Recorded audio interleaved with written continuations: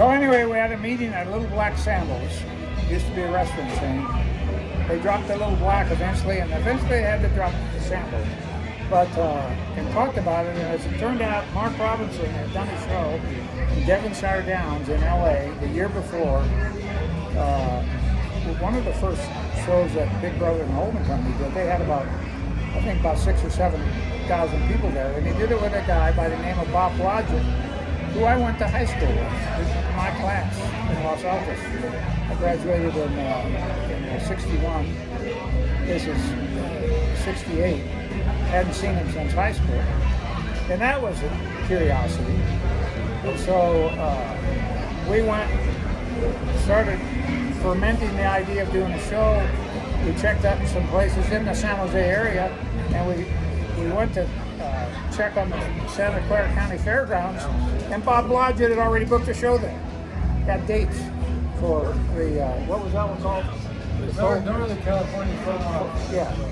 And Bill was involved in that. He did the poster for sure, he and Larry White.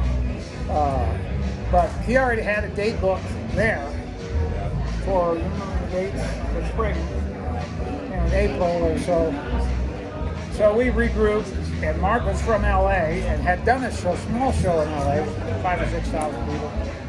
So we decided, well, let's push it off till the fall and go down to the bigger market and do it in LA.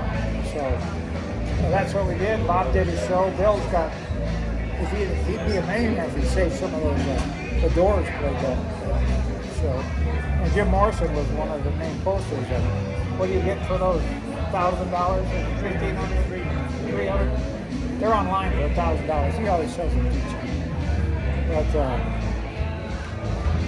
But I didn't go to that show. Well, you were at the show, I assume, right? Selling posters.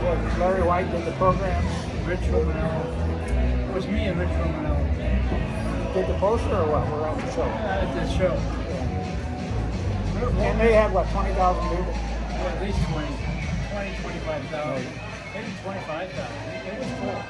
It was absolutely cool. And then, so I went on, my dad and Mark and I went on, and we did the Newport Pop Festival, and I was up in San Francisco at KYA booking some radio time for the show in LA, and it would have been in July.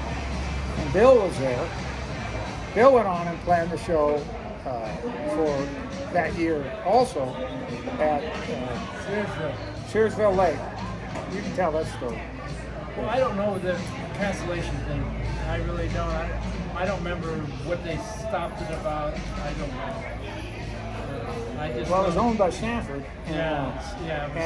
But it was the whole picnic grounds, if you want to call it, recreational facility, was owned by Stanford, but leased out on an annual basis. The guy had been in there for years, right? 10 years or something. They leased it out. And Stanford told them that they had the contract, and I saw the contract. They had the lease signed and everything, had the date picked. But he canceled the show on him and said, go ahead and sue me. I guess I never talked to him, but I did see the contract. But Stanford put pressure on him and said, that show happens, you won't be back again next year. And so I don't know if that time it had been canceled yet when we met in KYA. I might have been doing just there for Lone Ranger. Oh, not for that show? Yeah, because I was going over there for the Stockholm. Well, you talked to me about the show, but you might have been there for Roller Ranger. But, and so we got to talking, and I found out about that show at that point in time, and we stayed in touch, and Bill, I don't know, who printed that program for the Newport Pop Festival? I mean, you didn't print it in your shop, but you laid it out, or Larry laid it out? Your memory's good. I don't know. Yeah, but anyway, Bill and Larry White were involved in doing the program. I've got a couple copies for the Newport Pop Festival, and also a newspaper flyer, a 5-page newspaper type program, which was a giveaway. I've seen it. It was paid advertising. You've got one. And the other one was a soft book, which had paid advertising too. But it had a picture of a bare-breasted woman in it. And a couple days before the show, they had an emergency meeting at the fairgrounds, and they wouldn't let us sell it had the show. It was going to be sold for a couple bucks or something, you know. And we couldn't argue with them at the time. What happened to all those? That's an interesting thing because they're online now for $500. That's where I'm going. And there was cases and cases of them left in the parking garage of the Braemar building, where we had an office apartment on Sunset Boulevard.